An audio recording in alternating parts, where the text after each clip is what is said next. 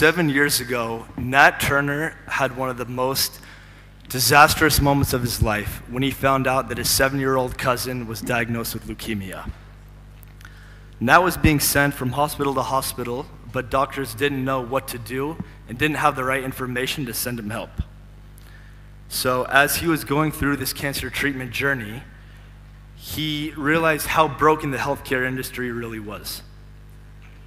So he had no experience in healthcare before this, but seeing that, he decided to go through a process to build his own platform to get all patient records together from hospitals and then look at the data to see what's the best way to actually cure cancer. So he called this platform Flatiron Health.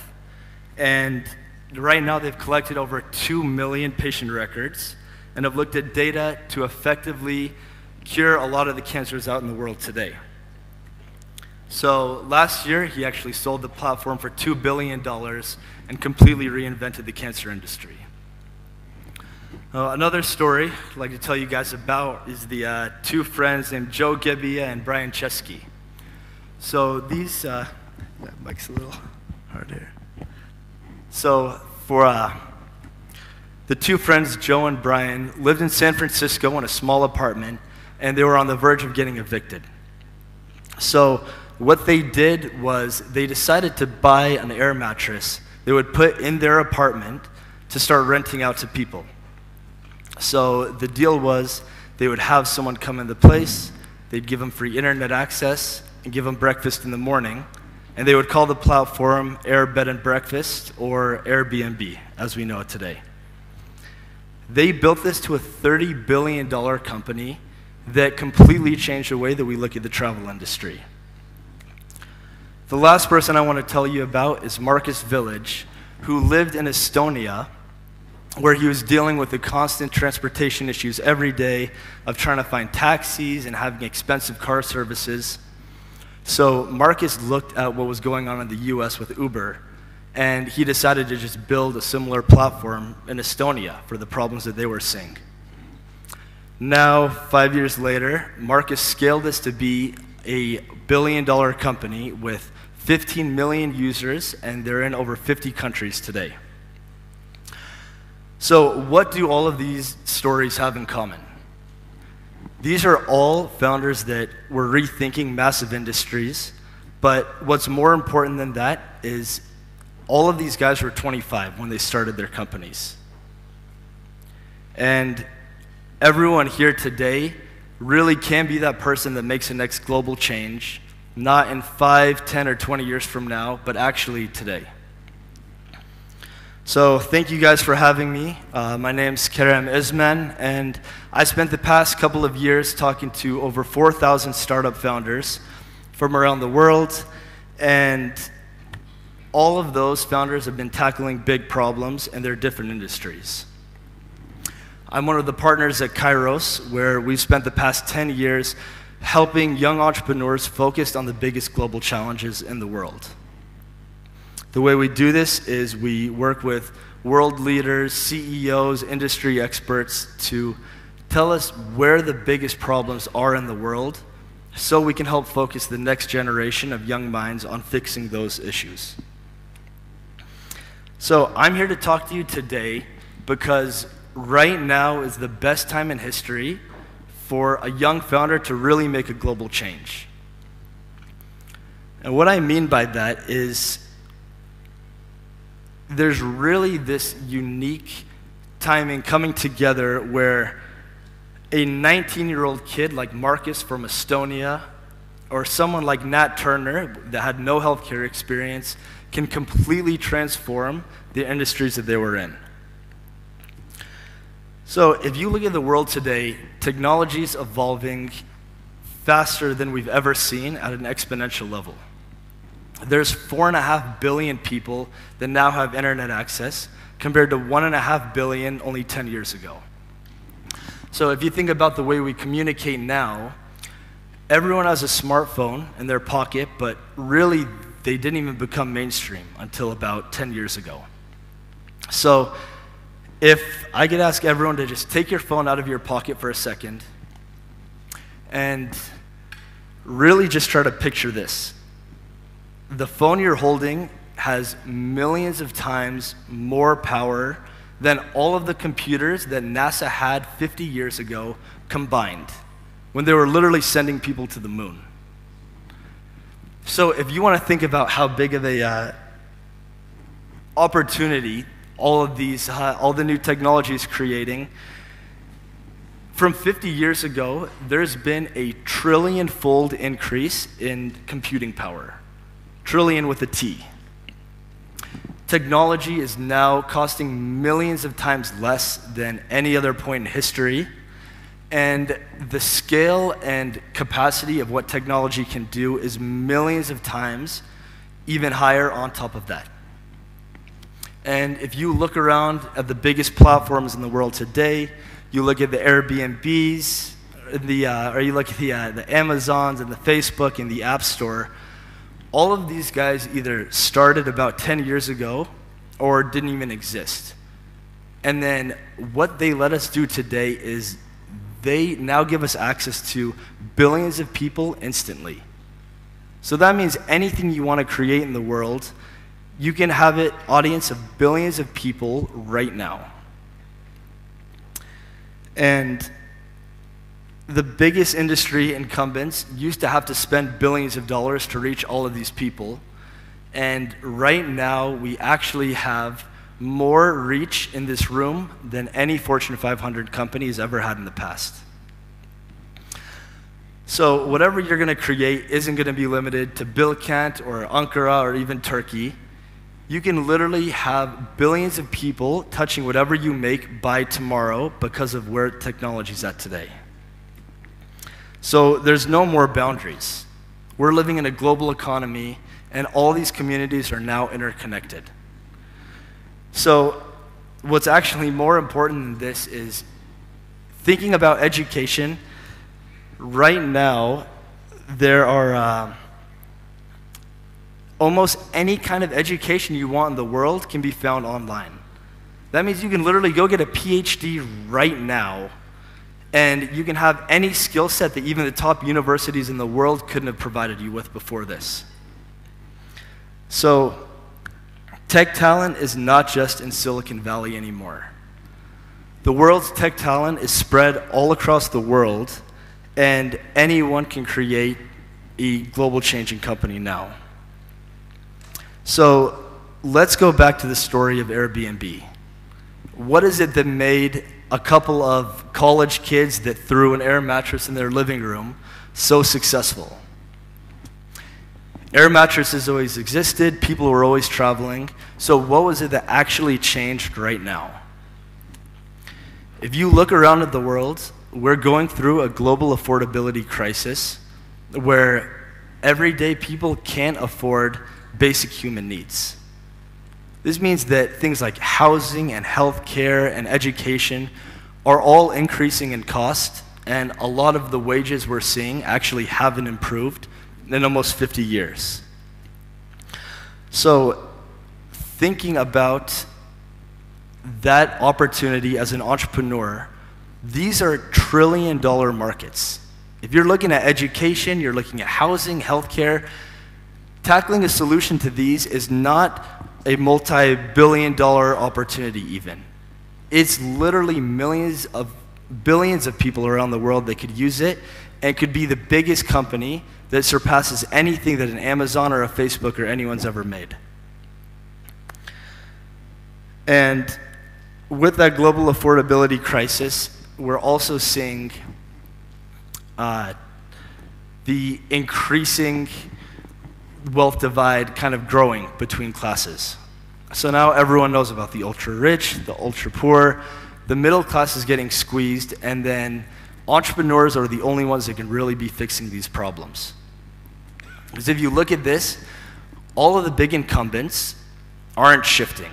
They're not making any of these big global changes because they don't want to. There's really no incentive for them to completely flip everything they've done in the past just to try a new idea. But as an entrepreneur, there's no more tech barriers that hold you back for any of this. The biggest global challenges are becoming the biggest global opportunities now for a founder to solve. Sorry, a little fix here. So young entrepreneurs are best equipped because they can move faster to build these big companies. They can reach billions of people instantly, and now you have all of the tech talent spread around the world to let you do it. And that is why Airbnb was so successful, because there were a group of kids that couldn't even afford to live in their own home, and what they did is give regular people a way to get additional income and a way to actually leverage what they have today to survive just these basic fundamental needs. So all of these are great for anyone in the world to go make a global change. Anyone can use the technology, anyone can use the market timing, but what's the most unique about a young founder is that they are not the industry experts. These aren't people that have been creating these old-fashioned methods for the past 10 or 20 years. These are kids that don't even know what does or doesn't work, and that is what gives them the power to make a complete global change by rethinking the way everything's been done in the past. So my favorite example of how drastic this kind of gap really is was there's this big healthcare conglomerate, multi-billion-dollar, called Johnson & Johnson. And they've spent 20, 30 years always coming up with what's the next best toothbrush? How do you get better bristles? How do you get an electronic handle? How do you analyze what people are doing? And then they were trying to figure out what's the next best innovation that's going to happen. So they invited a group of young entrepreneurs to come brainstorm with them to figure out the next idea. And the first question that all these people asked were, why does it have to be a toothbrush? And it seems like such a simple thing, but if you look back at toothbrushes, they were actually made in the ancient Egyptian times, and they haven't changed that much since. And it took that much time for someone to just finally come in the room and say, why can't we just rethink the way this is being done?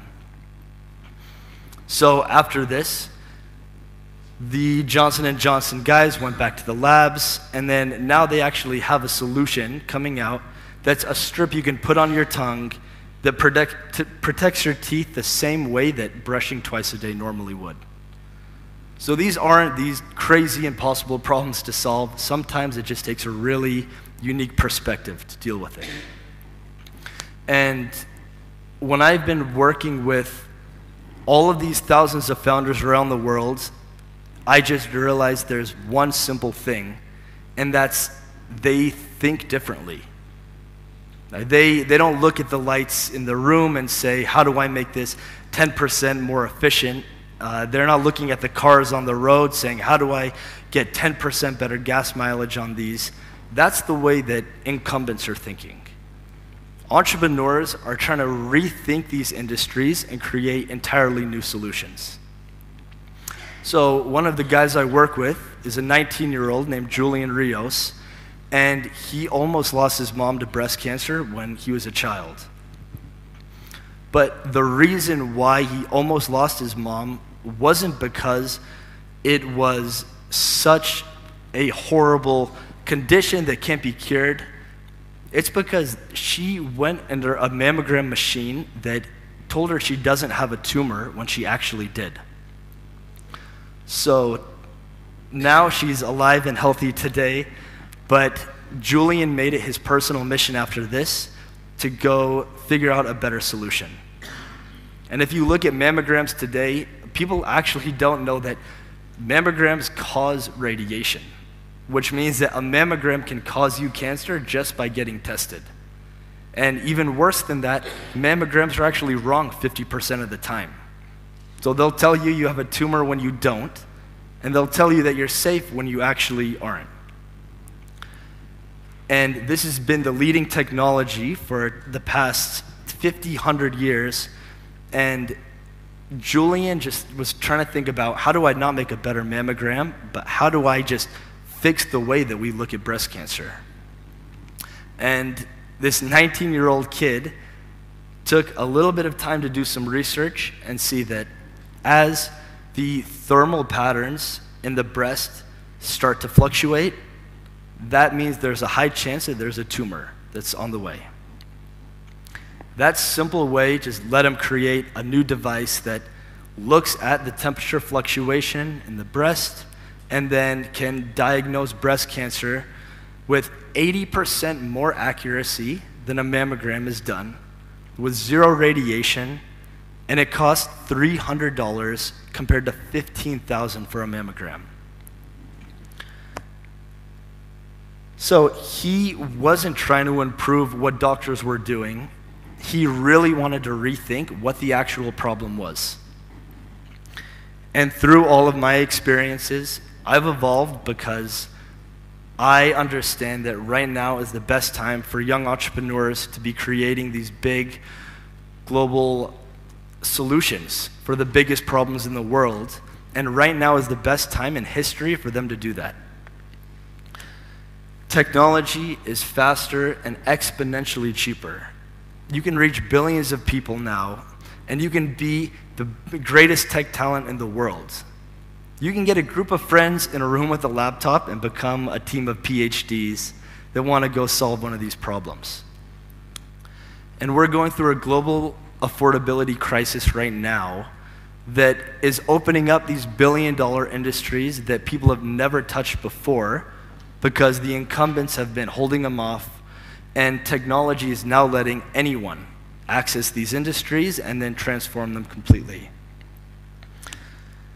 The last piece is that the best minds to be rethinking with all of these tools really are the youngest founders, because they are the ones that can rethink the industry and think about what the actual fundamental needs are, because they're living in it every day and they're seeing it every day. And I've made it my personal mission to drive as much capital, as much resources, anything I can to young founders. And the reason I came here today is because I know that a lot of that talent can be here in the room right now. So instead of sticking to the way things have been done, I wanted to challenge everyone here to think about all of these traditional industries, because it really is the time right now where you can be the one to change the world and transform the way those things have always been and always have in the past. Thank you.